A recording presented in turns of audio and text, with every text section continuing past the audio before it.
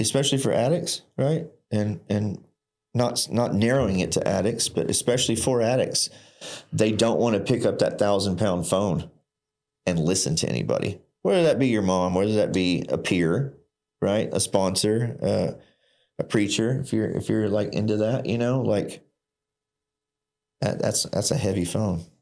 Tulsa Talks is the podcast that is inspiring people to have everyday meaningful conversations to gain perspective and help the world.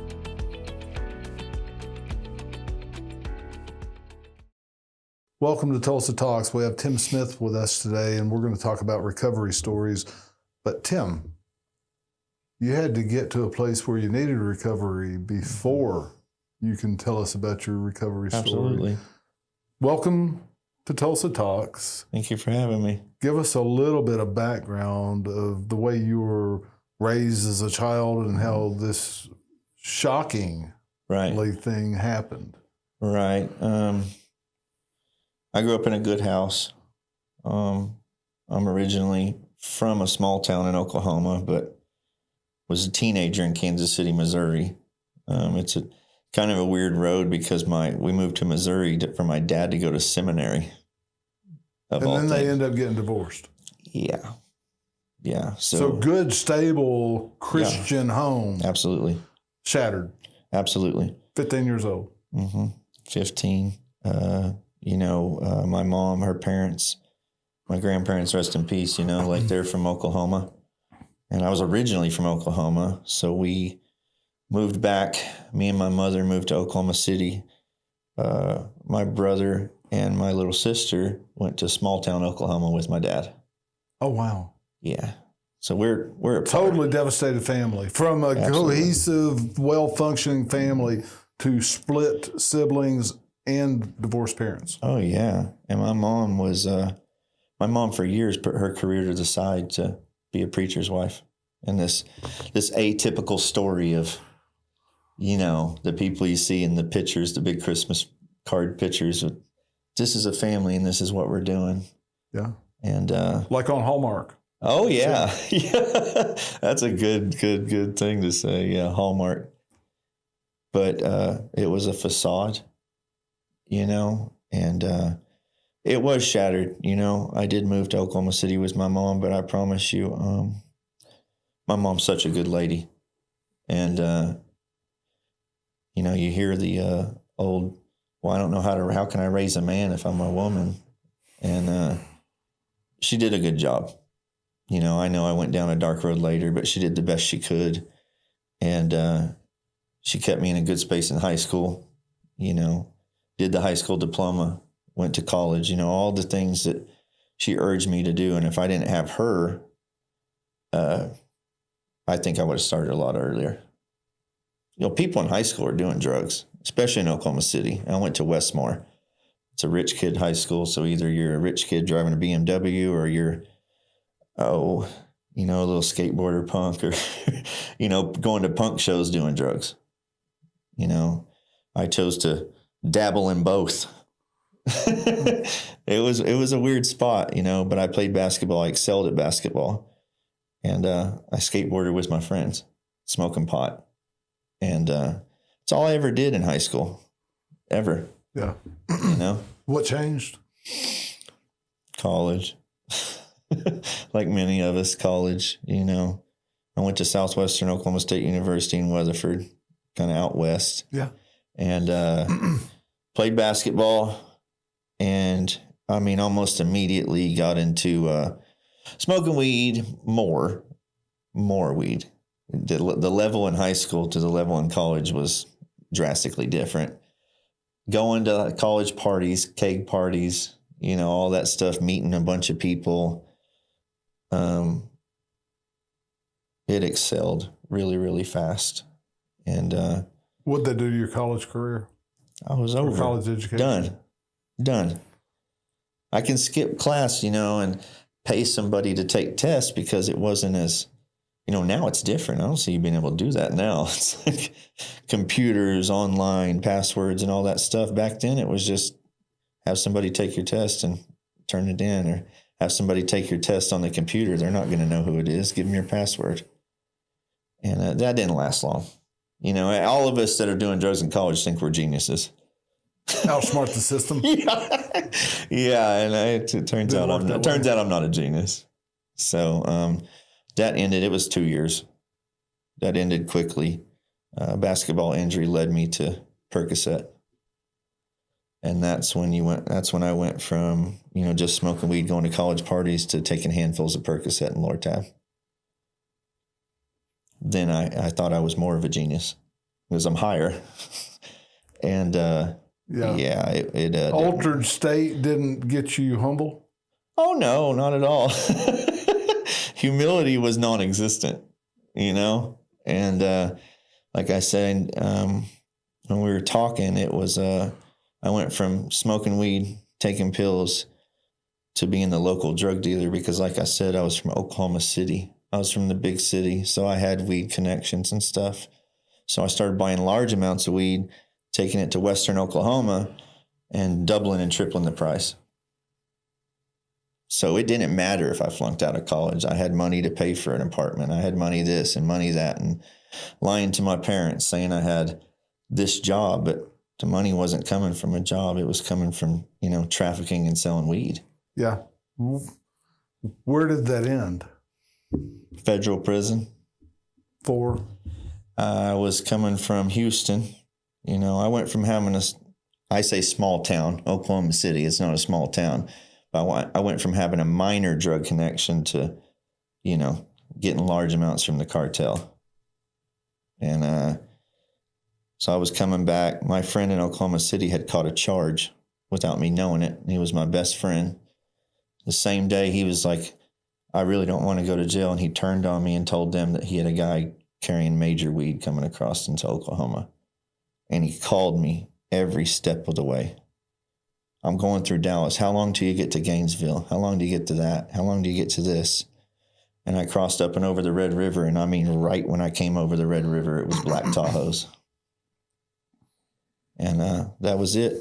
I knew that they knew when they were walking up to my Navigator, and they were tapping the tires before they even got to the window. Before they even spoke to me, they were tapping the tires with a flashlight. My tires were loaded. So, yeah, I got busted with 60 pounds of weed. How'd that feel? I was so scared. You go in from you're Mr. Drug Dealer, and I have everything, and this and this and that, and to being a little kid again. And, wasn't tattooed as I am now, didn't look like I am now. I was no tattoos and about 150 pounds, skinny, normal looking kid that had just got arrested. Now, I didn't know the severity of me just getting arrested. When they gave me the charges when I got there, it floored me. I was devastated. Knew my bond was too high, and I called my mom because I knew that was going to be my last call. I just knew it, and I told her the bond, and she said, well, I hope you're calling to say bye. And that was it. Federal interstate drug trafficking. Big deal. Oh, yeah. Mandatory minimum was 10 years. How long did you serve? 3 years, and then 7 years on paper. But I had a good lawyer. First offense, by the way. Let's say that. I'd never been caught for, anything. Not public intox, not speeding ticket, not anything. Yeah. I've often said that one moment can change a life. Yeah. But this wasn't really one moment. Oh, no. This was a long time of you just not getting caught. Exactly. And then you did get caught, and it's first offense, which you had done something back in the day that was pretty freaking serious, or it wouldn't have had that kind of fine. Right. I was out of control then, though. Yeah. I think about it now, and as scared as I was, I say this now, but being, growing a lot till now, I'm grateful for that moment. Grateful? I am. I'm grateful for the pain, because everything that led up to where I'm at now has caused a direct, cause and effect, whether it be absolutely a bad cause and eventually having a good effect. And it takes what it takes. I know that. That didn't take. I became a better criminal. That's it. So the correctional facility was not correctional? Oh, no. I hung around It was enough. instructional. Yeah. Yeah. You would think somebody telling you when to pee, when you can eat, when you can be a human, because you're dehumanized in there. You would think that would be enough, and it wasn't. Yeah. Yeah, there's a difference in rehabilitation and correction than there is dehumanizing. Absolutely. I actually heard that not long ago, and I can't remember where, but I did. You heard it on my mouth just now. Yeah. True story. But I've often thought of that. I had a guy one time, we used to pour concrete, and I think I've said it on another podcast, but we poured concrete. It's part of what we did for our business history. And we were at the Salvation Army there downtown, close to David L. Moss in Tulsa here. Yeah. And we were measuring up their driveway to just see what portions of it they wanted to replace. A bunch of it was broke up and stuff. And I had a conversation, which that's why I'm doing podcasts, because I like having conversations. And one of the guys there was in his early 30s. I said, just hanging out, trying to get some food, some place to stay. You know, those guys that hang out at the Salvation Army, that's why they exist, to help people get a better life, get steps in the right direction. And I asked him during our conversation, I said, what is your life goal? You know, where do you see yourself? Where are you going? His reply was, I hope I don't go back to the pen until I'm at least 50 years old. Can you imagine that being your life goal? That was life altering to me. It broke my heart that people actually think that way. Right. Being in that state and knowing that maybe when you're 50 years old, you won't have to worry about paying for a meal except for your freedom. What a cost, but to be okay with it, it shatters me too, just hearing it. Yeah. His focus was, I don't want to go back until I'm at least that old, because I don't trust myself, and I'm liable to go back at any time because of the things that I'm doing in my life. And I think that we should probably have open forum discussions about what rehabilitation and correction can be on a large platform. I'm sure they probably already know this. They probably already think this. They're trying to figure it out somehow. Yeah. And I just think that we're not there. Sure. Yeah. So you got schooled up quickly about how to function as a criminal better. Absolutely. Like I said, I went to federal prison for trafficking marijuana. And my first 6 months, I was just scared. I mean, I'm glad I had a good cellmate. He was nice. He was a Latin king from Chicago that had caught federal charges. So in the federal penitentiary, it's not as segregated. I guess it's place to place. It could be different, right? But you were. Yeah, it's not as segregated.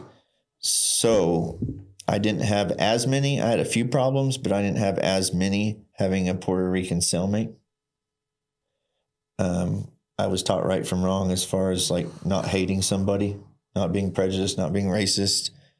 And the only problems I had in that first year when I was dead scared was with white people. And after that kind of, I was established in the penitentiary, I went from trafficking marijuana to being interested as to why that guy was here for trafficking heroin. And got out, convinced my grandparents that I was rehabilitated. Use that statement again, rehabilitated. And they gave me a couple $1,000s. I can't remember the exact amount. But it was some money. Yeah. Enough money to do something. Let's start doing something better. Yeah. I took said money, lived on somebody's couch for about a month, and went to almost the East Coast and started with that low amount. You would think that'd be a big amount. It's not. That low amount, that was gone in 2 weeks, and doubled the money, almost tripled it, and was back out there. I never went back all the way to the East more than twice. Then they were meeting me in Memphis. And it got really big really fast, to the point where I wasn't just in Weatherford. I wasn't just in Oklahoma City. I was surrounding areas and supplying it and doing well and never touching it. I never touched the product.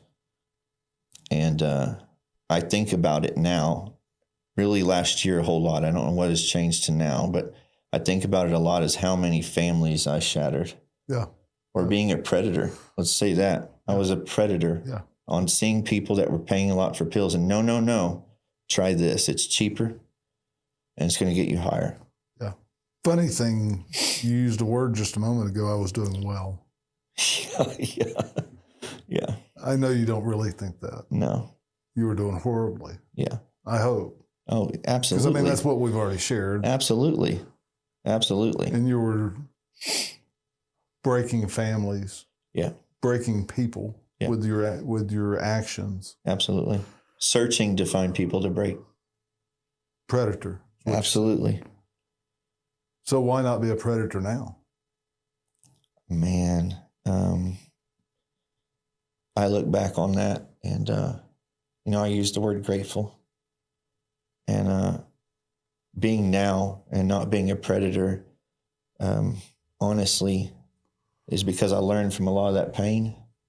And even if you ask my mom or my close friends or anybody that knows me really well, now I went from being a predator and I'm so helpful. I want to help other people so much to a fault to where I don't put myself first. I don't help myself as much as I help other people. And I'm just trying to learn balance. But being a predator to where I'm at now is a complete 180, and I've never felt better. What happened? Man, at first... Why not be the big heroin dealer anymore? I got shot. That's what it took. I got shot, and my best friend got killed. Y'all were together? Absolutely. And where were you shot? In the head. I had a big old scar right there. Yep. Grazed, but it's still almost, it was enough to almost die. How long ago? Shoot, that would be 2016. 9 years. Mm-hmm. Best friend goes. And that was it for drugs at that time? At that time. Surely that was enough to transform your life forever. At that time. Not forever then. No. There was rage involved. Losing my best friend. First, it was like, no consequences, didn't matter. Let's go get these people. And my mom, once again, such a good lady. She said, you don't have a choice. You're done with Oklahoma City. And brought me up here.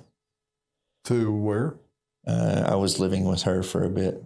Gated community. In Tulsa? Yeah, well, Wausau. Yeah, Tulsa area, yeah. And gated community, she thought I was safe. But when you get shot in the head and you see somebody get their brains blown out, I guess it was pretty common. If not, it's what happened to me. I was on large amounts of oxycodone for pain. My head didn't hurt more than a few months. And for pain. But your emotions were hurting. Oh, yeah. I was on large amounts of Xanax for that. So I'm juggling benzos and opiates. And my mom, being in the medical field, saw it. But I was such a manipulator, I would quit for a little bit and say, look, Mom, I'm good. Her and my stepdad put me in an apartment over on Cherry Street. Once again, it wasn't that bad. So I was safe. And that's when the painkillers and stuff didn't work anymore, and I started using my own product. Yeah. Cherry Street's a cool place, right? Yeah. I guess. No, it's kind of the hip, cool. It is, yeah. And I think that's why they picked it, because I didn't know anything about Tulsa yet. All I knew was I was not locked up, but I knew was I was sheltered. Like, you just got shot, you're done. You're going to stay here, and I'm going to watch you for a little bit. So then you get a place on Cherry Street. 16th and Rockford. What happened? Painkillers quit working, and I was like, hey, I'm a heroin dealer. I had neighbors that did drugs. I can get that. Let's just do that. And I did that for a while. I was hiding. Logical next step? Yeah. Sure. Why not? Yeah. We're doing this. Yeah. Let's take it up. We're spending a lot of money. We're running out of our prescriptions fast. So I'm buying more street value, spending a lot of money. And I was like, this is dumb. and heroin seemed to be the grand idea. And once again, man, I'm really grateful for my mom. That apartment only lasted about 3 months. I went to my doctor's appointment to manipulate him into more pills again. And she showed up, this is emotional. She showed up to bring me groceries, even though I didn't need it. I had my own money, She's just being a mom. Yeah. We do that for our 31-year-old daughter. Yeah. Just being parent thing to do, right? Yeah. Loving on the kid. Yeah. And of course she had a key. I let her have a key. They were helping me pay for it at that time. Get on your feet. And she showed up and found needles and stuff. Disappointed? Oh yeah, that apartment was over. She just waited outside till I came up the street. Disappointed and mad? Yeah, disappointed for sure. I don't know her level of disappointment. I'd have to ask her. I kind of know, but mad is an understatement. An apartment was gone right then. You're not getting back in here. I'm telling the apartment people you're doing drugs. I'm telling them this. And I needed that. That's what I was about to ask. Was that a bad thing that she did that for you? No. You probably thought she was doing it to you, didn't you? Oh, yeah. Yeah. Attacking me and how dare you? And I'm not that bad. Yeah. Those are somebody else's. Yeah. Yeah. And I look back on it. It just makes me love her even more. I would think so. After you got past that. Yeah. It makes me love her even more. She's always been like that to me. She's always protected me. You're hurting yourself, so I'm going to keep you from hurting yourself. Yeah. Yeah. This is tough But love. when you're in the middle of it, it might look like somebody's doing something to you instead of for you. Absolutely. How dare you? How dare you stop me from doing heroin? Yeah, how dare you stop me from killing myself and wrecking my life and everybody else around me? Absolutely. And I think about it, and doing heroin, man, it didn't last that long. Like I told you before, I had a short run with it. Yeah. You said 7 months? 6 or 7 months, yeah, about that. Family not talking to me, selling everything I had, jumping from couch to couch. I spent one night at John 3:16 because, doing heroin still, because I continued to do it for a little bit after I lost the apartment. That wasn't enough. The consequences weren't enough. My mom not talking to me wasn't enough. What was enough? People didn't want me around anymore. You're that guy that comes over to our house and gets too high and is wrecking not just my life, but causing problems in other people's lives. Sister, couldn't manipulate her, couldn't manipulate my brother, couldn't manipulate my friends that were also getting high, but not as high. When I get high, it's different. You hit the accelerator to the floor with it? Oh, absolutely. No consequences. Who cares? I'm not in jail yet. I'm not dead. That big amount that I just put in my body didn't kill me. And I look back on it now, and I really do think that I was a little bit wanting to die. I really do. I think I was making such big amounts to ingest, I didn't care if I died. Maybe not wanting to, but I didn't care at all. What changed? Depression, really. Being put off in solitary confinement while you're around everybody, seeing everybody else. Yeah, absolutely. Exiled, for sure. Seeing everybody else living, you can almost taste those relationships that you just desire. Yeah. I called my mom from a quick trip phone. She had me blocked, and for good reason. Right. I called my mom from a quick trip phone and told her I was done. She believed you? She believed me that time. Enough to respond? Enough to respond, enough to take me to, I went to a crisis center first and got, I guess, stable. I can't really remember, to be honest with you. And I did a bed-to-bed transfer to a rehab here in Tulsa. And did well. I guess I met friends in there, just like me. Oh, you have a drug problem. You're here too? Wait, you're paying attention. You're making it kind of. What's wrong? Why are you smiling? Why do your cheeks have weight? Mine aren't like that. I'm skinny. and didn't understand how these people were doing it. And the thing was that all my friends in there were paying attention. They moved to the front of the class, and I was just, messing with girls, selling cigarettes in a non-smoking facility, doing the same thing I was doing, dealing drugs. Same behavior. Sure. And they got out, and we got out around the same time. I made it 2 months. I went to a couple meetings, 12-step meetings, and just joked around. I made it 2 months, relapsed, stayed around about a month and a half, maybe 2 months, and had enough. There was no rehab again. I didn't want to go back, and I just quit. And I asked those guys that were doing 12-step stuff, how are you doing it and why are you happy? And that's when I found a 12-step fellowship. And I did well. I stayed clean for almost 5 years. And off everything, by the way. Yeah. And excelled. What happened after 5 years? I decided it'd be a good idea to go have no accountability up in Tahlequah. Got hurt up there. And isolated really is what I think happened. No accountability. No friends up there. No nothing. I had one friend that I went and stayed with up there. And came to Tulsa one time to visit. And I said, you know what? I need a ride up to Harvard. One of my family members lives up there. It wasn't a family member. It was my hookup. Got back on pills. And that lasted about 3 months. And I just, everything, the depression of being the guy that was speaking everywhere in the 12-step fellowship and doing all the things and sponsoring people. And it just kept me away. I was like so depressed. I was like, I can't go back now. They're going to judge me. And I checked myself into a psych facility here in Tulsa. Got the mental health stable. Got off benzos. I was on benzos for years. Got off benzos. And then did a bed-to-bed to a rehab here.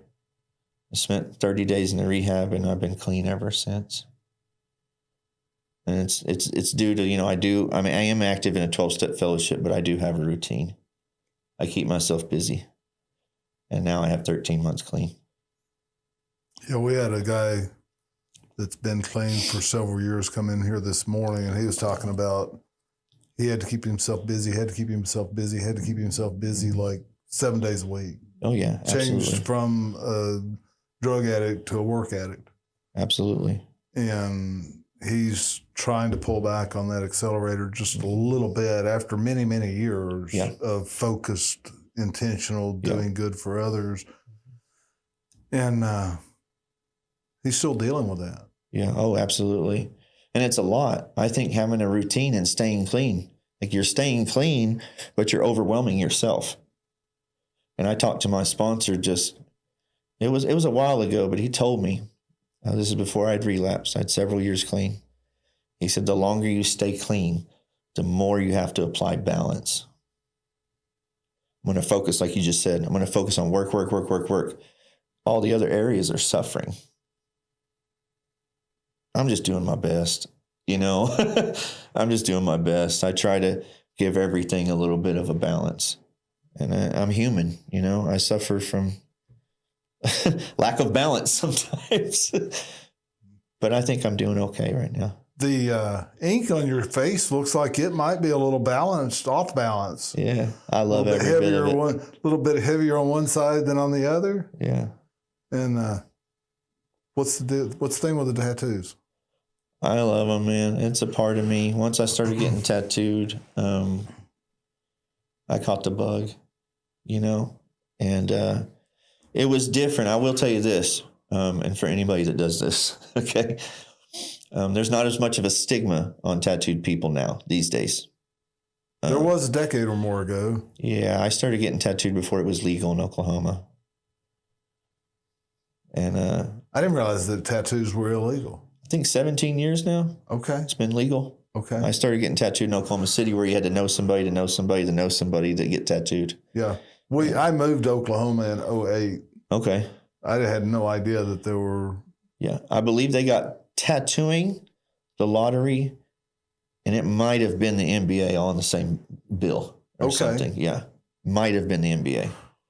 I think I was here when they were talking about. No, it was.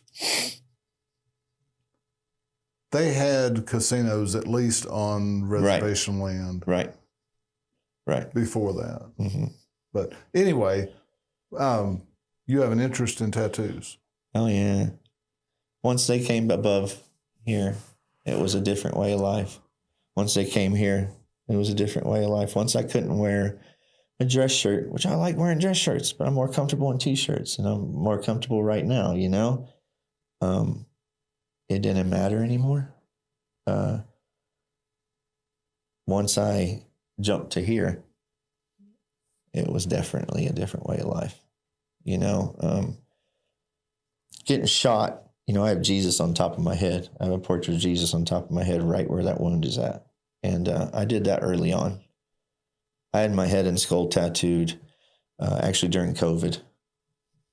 I started that during COVID. That's when my tattooing excelled, got really heavy. This left arm, it's completely black all the way up to the shoulder.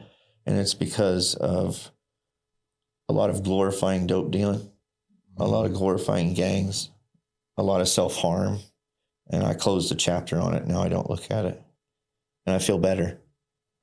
And it's extreme. It's extreme, right? I had a whole sleeve underneath there. My right arm is covered up, but. You seem like you might be an extreme individual. Oh, yeah.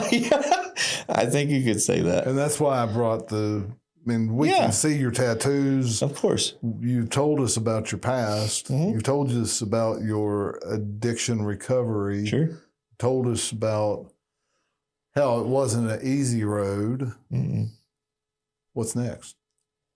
Man, I think it's really cool now. And a lot of people that know me, whether it be business owners, people in companies, my doctor, my PCP, says I smile all the time now.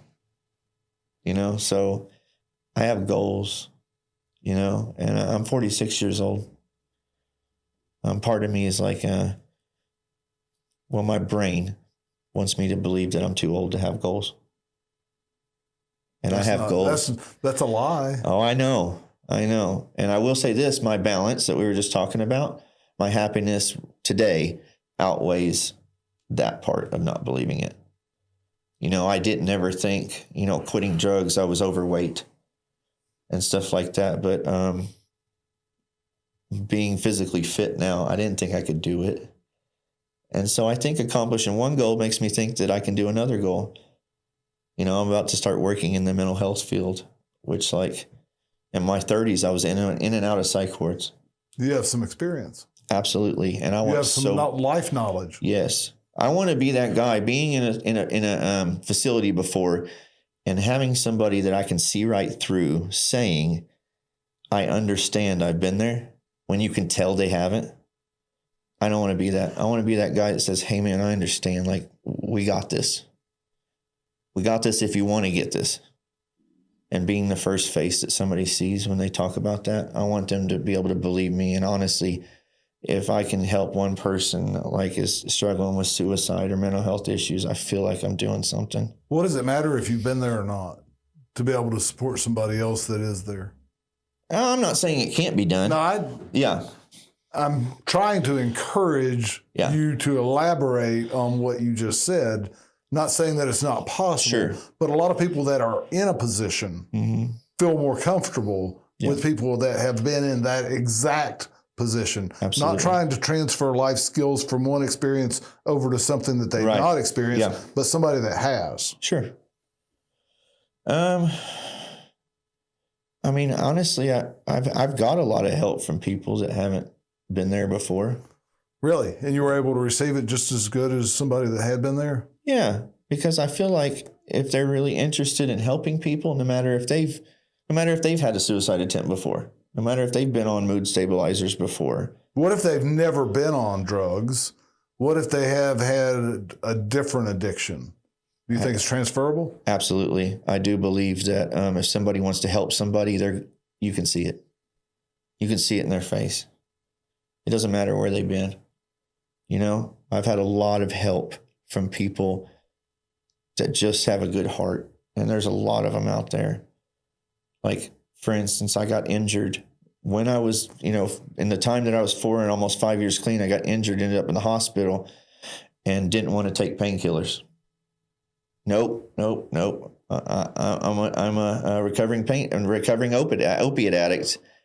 And a nurse that had never been through it came in there and she said, Tim, I understand. I've never been an addict. But she said, I deal with addicts all the time. And let's make these decisions together. Here's my personal phone number. If you don't feel comfortable with somebody else, you call me before you take medicine and we'll decide together. That showed me. She had never been an addict. She didn't have an addiction past. She saw addicts a lot being in the medical field, but she cared. You know, that's how my doctor is, my primary care doctor.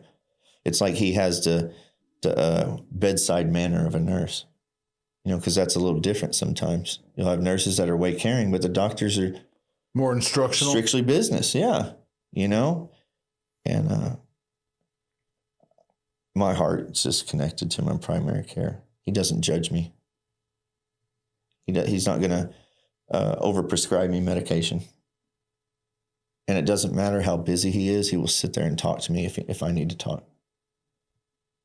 Once again, that shows me he cares. He's not an addict, but he wants to help addicts, you know? I mean, even the rehab I went to here in Tulsa, a lot of people that aren't addicts that work there. A lot. And they care. They do care. So, yeah, I see what you're saying. I have seen I see what you're people that plugged in that way. Sure. That unless you've been in my shoes exactly where I am, I'm not going to even listen to you. Right. And you know, breaking this down like we are, a lot of that sounds like an excuse. Do you really want it? Why, just because somebody hasn't been there, you don't want to listen? I mean, you can at least hear them out. Yeah. You know, that's honestly, that's what I do now. You know, my mom has always told me, you know, I was making a decision on which job to take, right? And she said, don't make your decisions based off money. Don't talk to more than 2 people on opinions. Because she said, if you talk to a bunch of people, you're going to confuse yourself. So I got 2 people I really care about, and I talked to them, and I took the job that making less money because it's something I care about. You have a lot of respect and appreciation for your mom. I do. We're very close, and I talk to her every day, and I ask her advice, and she takes away that bias and lays out stuff from not a mom position. And I say I couldn't do it without her. Wouldn't be the same without her. Mm-mm. At all. No. I've heard that theme throughout this conversation. Absolutely. I don't think I'll ever quit saying that. What's your next step? You say you're going to go to work for a rehabilitation center. Yeah, I'm going to work for a crisis center. And after that, I just want to stay in that field and, you know, maybe become a PRSS or a case manager. Hell, maybe go back to school and learn to be a therapist. It's like you said, there's nothing, I'm going to tell you right now, there's nothing that I can't do. We had a guy in here just the other day that quadriplegic. I was telling you about him before the recording. Wow. I didn't tell you this. At 63 years old, he just got his Doctor of Divinity from ORU. So... And taught himself how to drive, right? And taught himself how to drive. Again. And he is far from being completely healed. Sure. But he is walking it out as he goes. He says, I am going to walk this 5K one day. So, if that's not inspirational as somebody that says, I can't do that. Why can you not do that? Because you want to lay in your bed? You want to ball up in a corner because your emotions are out of check? Because you're insecure? Man. I think a lot of it, especially for addicts, right? And not narrowing it to addicts, but especially for addicts, they don't want to pick up that 1,000-pound phone and listen to anybody, whether that be your mom, whether that be a peer, right? A sponsor, a preacher, if you're like into that, you know, like that's a heavy phone. I think it's easier to just lay back down. I can't do it. You didn't even try. Yeah. You didn't didn't even take try. the first step. Yeah. I was scared to get in the gym. Why? Because I couldn't lift weights. Because I wasn't strong, because I was overweight. How do you get strong? Consistency. By going to the gym. Consistency. By going to the gym. Consistency. I go 6 days a week and rest one day. Yeah. So people that want to do something in their life, yeah, how do they do it? By doing it. By doing it. Get up. By doing it. Yeah. I tell you, the first 2 times of going, being easy, you know. Do I have to lift more than I did my first time? No, just not confusion. Necessarily. No. And that's how I am now. And I've been consistent for 5 months, 6 days a week. That's awesome. Yeah. Mental health helps the mental health. Anxiety done. You know, I take barely any medication, and it's because of stuff like that. Yeah. It is. It really is. There are good principles and practices to live life, is what you're saying. Oh, absolutely. And you're attaching to yourself to those instead of those that you tried to harm yourself with for a long time. Oh, yeah. And the fellow that was in the wheelchair, I didn't tell you this, but he was suicidal when he was 26. Same. And he checked into a rehab center, mental health facility, whatever it is. And he said that was actually harder on him than becoming paraplegic. Mm-hmm. He said it was harder. The emotional trauma that nobody could see was much harder on him than being a paraplegic. Can you imagine that? No. It doesn't look like that, does it? No. I remember that feeling. But that's what we're talking about. Sure. We're talking about people seeing each other in a better perspective of understanding and helping however we can. Sometimes it means, like your mom, shut it down. Yeah. Best thing she ever did. The best thing she ever did. But still be there. Yeah. Oh, yeah. So I might as well live in, we live 20 minutes apart. I live in downtown Tulsa. She lives in Owasso. And back then, it seemed like she lived in California, Yeah. Not being allowed at their house. 20 minutes away, not being at Christmas. What opened her reception to you again? I can show you better than I can tell you. Right? I've learned that the best way to say I'm sorry is through change behavior. Yeah. So you stopped trying to convince her and you just lived your life? Okay, how about we just do it? And that's what I told you earlier. The best thing I ever did was doing it for me. For me. Because I started doing it for me, and then people took notice. One of the most powerful things that's happened to me since I came back, is, I have a little brother that's like, we're so close. And I'm so close to my little sister.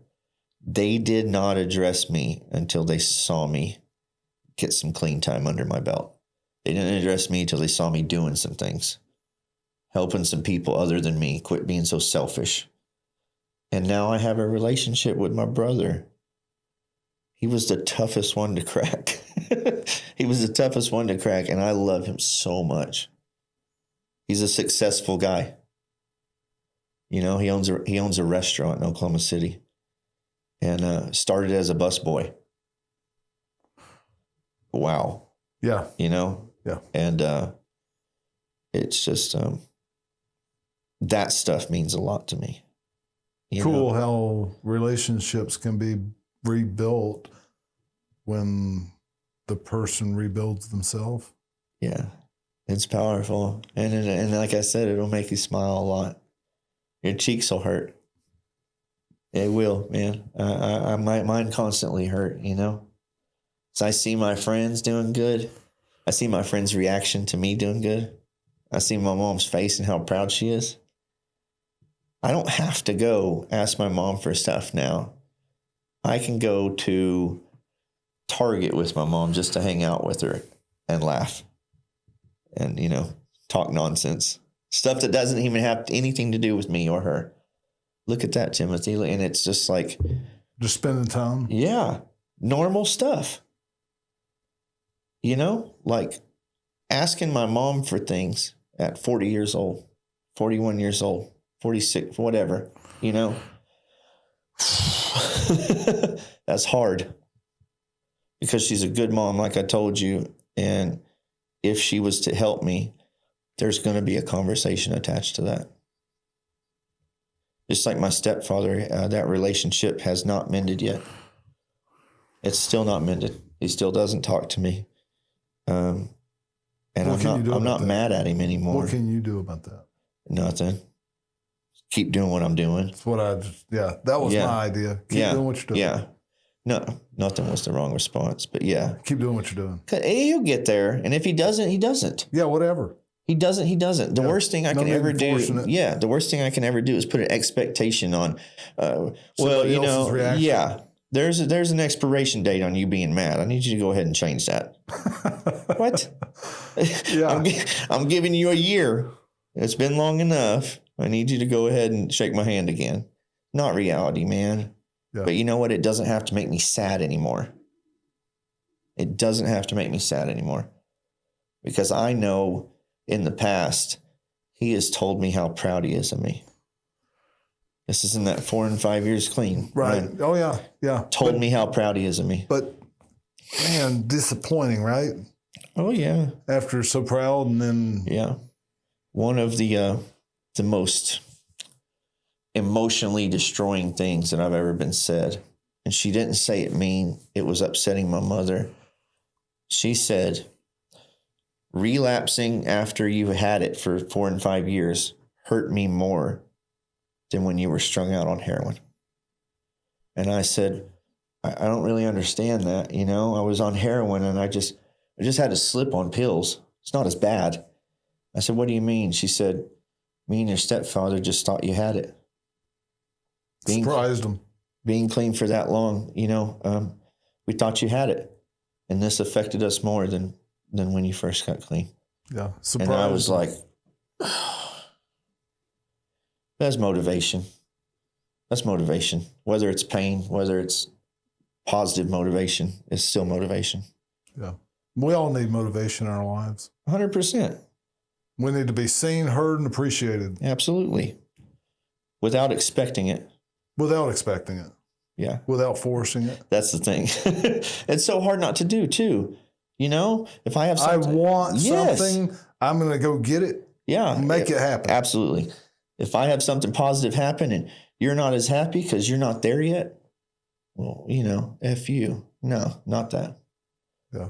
Because they're going to get there. I have positive, tangible evidence that people are proud of me now.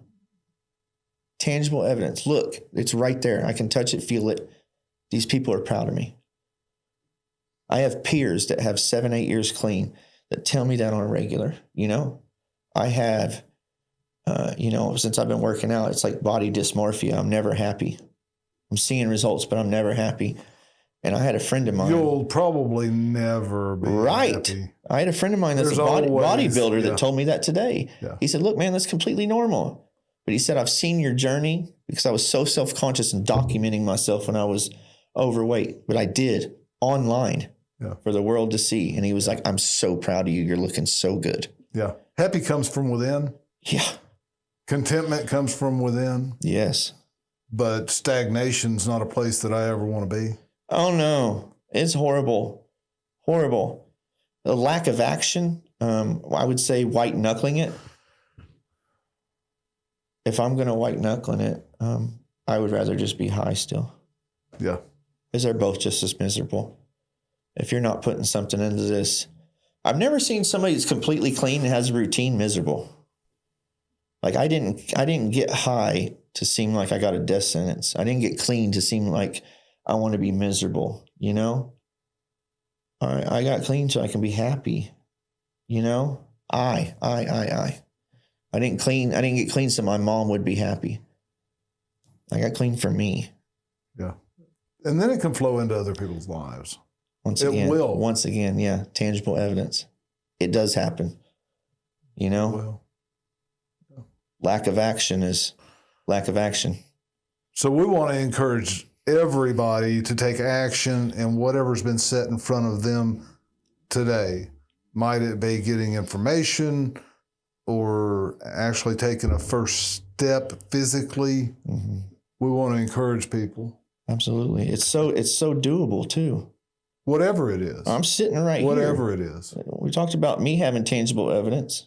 Yeah. I'm sitting right here. I'm sitting right here and doing things and over a year clean. I'm sitting right here. I came back and it was so hard, but I'm sitting right here. Yeah. Because I didn't give up and I won't give up. I refuse to. And my peers know that. My family knows that. People I'm around know that. He's focused. Cool. You know, I'm just trying not to lose it. But that takes work. Sitting around, even as clean as long as I am, right? Sitting around, not doing anything is not focus. Yeah. Not It's beneficial. Absolutely not. Detrimental. For sure. I came from a good family. And what I can say about that is addiction doesn't discriminate. I don't care if you came from a broken family, if you came from living in a bad part of town. Addiction doesn't discriminate. I did it, so anybody can do it. Anyone. I don't care where you're from. Your situation, you can do it if you want to. That's what I know. And I try not to say I know. My sponsor told me not to say that. Don't say I know. If you say no, I know all the time, you're closed-minded and you're not open to learning. What do you know? I'm aware. You know? I know that people have their own adventure. Yes. And I encourage people to embrace that. Yeah. I had a guy in here not too long ago, and he had you ever heard of PTSD? Absolutely. Post-traumatic stress disorder. I take medication for it. There is another phrase that's called post-traumatic growth. Wow. So I want to encourage people, maybe you do have post-trauma. Mm-hmm. All of us do. Yeah. Just entering the world through your mom's womb. Yeah. You know, that's trauma. I've never heard it said that way. But traumatic. That's super but powerful. all of us have post-trauma. Yeah. Are we going to have stress disorder or growth? Sure. Are we going to have a negative mindset and let it beat us up for the rest of our lives? Or are we going to allow that might be that for a while, expand our opportunities, our vision, our life into exponential growth? Yeah. Thanks. Choices. Wow. Half full, half empty. Yeah. Yeah. That's another thing, man, I've learned that, you know, like I keep saying, and like I told you when we were talking, like I did it for me, right? I wasn't worried about A, B, C, or whatever. And, you know, my sponsor is just such a mentor to me. And he told me that the next time I'm not worried about me to fill up a glass of water completely full. And if I'm really focused on me, I'm not going to spill the glass. But if I'm worried about, you know, what she's doing or what he's doing or what they think of me, that glass is going all over the floor. You know, like sometimes I hear metaphors or like sayings like that, and I don't retain it at first. Then a situation happens where I'm not worried about me, and I'm like, golly, the glass got spilled. You know? He's a good guy, man. Tim, yeah. thanks for coming today. Absolutely. Thank you for having me, man. We are here to help you discover or develop your passions, how you can use them, and why you exist. How can we help you help others better?